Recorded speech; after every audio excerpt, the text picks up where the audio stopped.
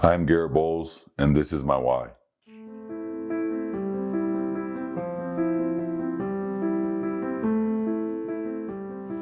I didn't live like what most kids did. I had a lot of adversity growing up, having those family issues with my father and my mother and my siblings, to, my lacrosse coach picking me up off the street and moving in there with that family, and then just giving me a light, and then them becoming my family for the last 12 years of my life, and just really teaching me how to love, and teaching me how to be a father, teaching me how to be a man, teaching me how to work hard, because I didn't really know how to love.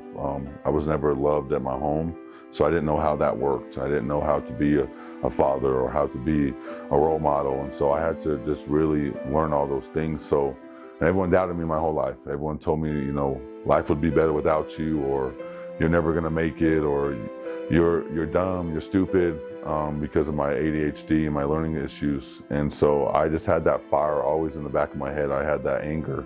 The Denver Broncos select Garett Bolles, tackle, Utah. When I got on that stage and I walked across the red carpet and I sat in that green room, and I was with, only 25 boys that get selected to go to the draft. It was just all those emotions, knowing like, I can't believe I'm here. And then my name was called on the stage. I knew I could live my dream, and I knew that was such a powerful experience for me, knowing that I never gave up on myself. I always was the biggest believer in my own self, and I used to tell people at a young age, I'm going to play in the NFL one day. They used to laugh at me and tell me I'm never going to make it. And now that I'm here, and now I'm living my dream, being here in Denver, and being a franchise player is just a dream come true, and words can't explain how excited I am about it. So I've had ADHD as long as I can remember. Being ADHD is difficult. Your mind wanders. Sometimes, you try to, everything is in the way, and you just try to limit your life. Being ADHD, you can't have so many people telling you what to do all the time, because they do that, your mind starts thinking, and then you think you got to do this, and you think you got to do that. So being ADHD, you take a lot of notes. Every person's a little bit different, but I have to write everything down so that I can remember what I'm supposed to do, or what appointment it is, or what playbook, or what play it is, my assignments. I have to write everything down. And my coach told me, he's like, hey, why are you slowing us down? And I was like, oh, sorry, coach, I just didn't hear what you were saying. And he's like, well, let's think of something different. So I would just write the most important things down. But I knew that's how I always learned. I always am a visual learner. And so I have to just see it. And then once I see it, I go and I do a repetition, and I understand it. And so we were searching with me, and my wife and my mom was searching, well, what can we do? And there was this pen that my sister's in the special education world that they use with kids with autism. And it's a pen where you can write. And if you're in a lecture, you can write like and when they start, you record it, and then you can listen to it, and then you hit like on the top of and it will literally pick up right where that person was talking, right when you write that word. And so in my third year, I'd write, like, let's just say a play, let's just say 15 doves. I'd write 15 doves, and Coach Munchak would explain what it is. And then later I'd go back home, I hit on the 15 doves, and then I can write what he's talking about that play. But then I want to interrupt the meeting. And so that was such a big thing for me. That pen's awesome. I love it dearly. I still use it to this day. And I think that's made a huge thing in the meeting room. Keeps me alive and awake and really engaged in the meeting. And it's just another tool. I have, note cards and repetition things. Everybody's different. Everybody has their 3 or 4 things that they use to be successful. Not too many people know, but Albert Einstein had ADHD. So we're very unique people. We all have different things that keep us safe, and we all have different things that make us successful. So once I got dialed in with my medication and all those things, I think that really helped me calm all my nerves and calm my anxiety and do all those things, because then I could just focus on the most important thing, and that's my family, and that's football. I know it was hard. I know I let a lot of people down. But nobody realizes when you get drafted, you have so much high expectations on yourself. The media's in your face, the fans are in your face.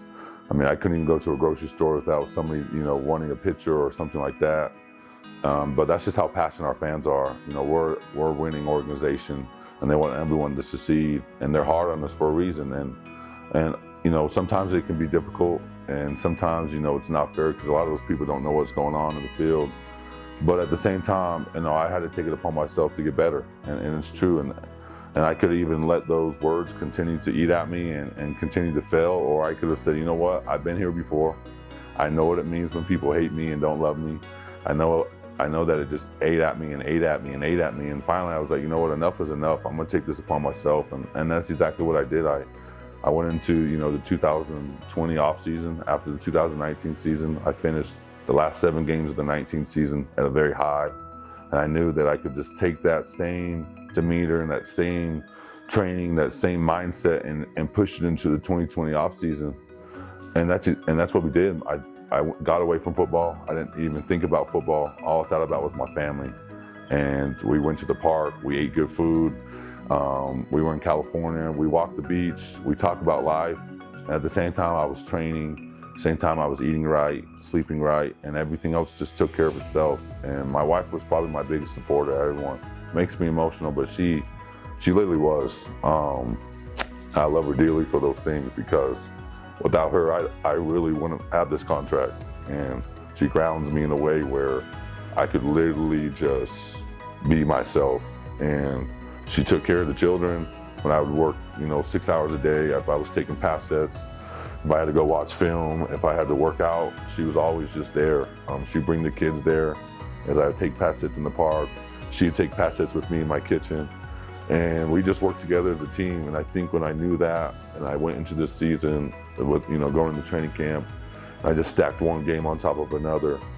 I just saw everything happening, and I knew that if I had that fire continue to burn as a young age, that the rest was the history. And now I'm on a track that I don't think anyone can knock me off, and I'm grateful for that. So I'm trying not to get emotional. My son got diagnosed with apraxia of speech. It's a learning disability where it affects him how he speaks and how he communicates. It's hard because he understands everything. He knows what we're saying. He knows what he wants to say. He just can't verbalize it. He has a hard time verbalizing it. So it got frustrating for me, the way other people would react. So I felt frustrated. How did you feel? Yeah, it was hard, because everyone was like, he's gonna speak, he's gonna do this, and oh, he's gonna be okay. And it's like, okay, but no, something's not right. Like, we know it. And because he's such a smart kid, we felt so sad for him, and it was so difficult because we saw the frustration, and we saw the episodes that he would have throughout the days and throughout the months, and so we were just like, we got to figure something else out. So in January, my sister, like I said, works in the special education world, and so she took him to school because we went on vacation, just me and Natalie, and got away. And in her special education, she has a speech therapist, and she knew that one of the top ladies in the country, which was in a small town in Payson, Utah. And so that's sort of how it all got started. She's like, something's different, something's, you know, not all there. And he definitely has, she said apraxia, but she couldn't diagnose it. But she thought that could be it. And then we went back to California, and he started going to speech therapy down there, which helped him a little bit to get more words, which we're so thankful for. And so he started learning more and more and more. And then finally, when we got to go to that lady, she said, thank goodness you were down in California for the last couple months so that he can learn more words, because within 45 minutes, she diagnosed him quickly. And we were super grateful for that moment.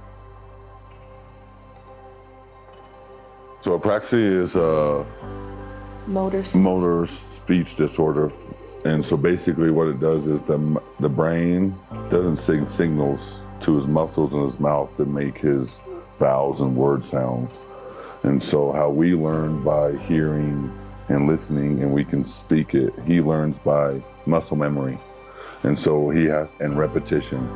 And so whatever he learns, it goes into his memory box, and then that's the vocabulary that he can speak. And so it takes lots of practice, repetition. It was difficult when he first got diagnosed, and we were super sad about it, but we love him dearly, and It's been fun. It's been just another challenge for us. It's definitely brought us together because, I mean, he will look at Araya and what Araya's saying, and look to her for help, you know, when he's trying to say words. And Yes, you, baby. Yes, you. we all come together to, you know, go to his speech therapy sessions and do what we can to help. And so I think it's definitely brought us together as a family. Well, I can say we're buddies. He wants to be with me every day. He wants to watch football with me every day. He wants to be out literally 24/7 with me, hip to hip, which I'm so thankful for, you know, that father and son relationship that I love dearly. You know, he asks me all the time, why, Daddy? Why do you got to go to football, Daddy, when I come home from lunch? And so it was so cool to see us just grow as a father and son and be able to, you know, play basketball or play football or, you know, work on a puzzle or, you know, work on, you know, his words. You know, sometimes I'll be like, okay, Kingston, say your 3 words. He'll say his 3 words and I give him a Skittle or I give him, you know, a little snack. And so his face expression, he just lights up and he was so proud of himself. And it's so cool to be able to cheer him on. You know, he's cheered on me for so many years. Always on that front row as soon as I run out of the tunnel, and I kiss him when I go in the tunnel, and I see him and we have a secret handshake. But now I get to be his biggest fan and be able to cheer him on, and it's just so cool that I get to do that with him. The awareness that we like to raise is just let everyone know, like, it's going to be okay. We really just want everybody to know, like, it doesn't matter how you start, it matters how you finish, and really just love your child.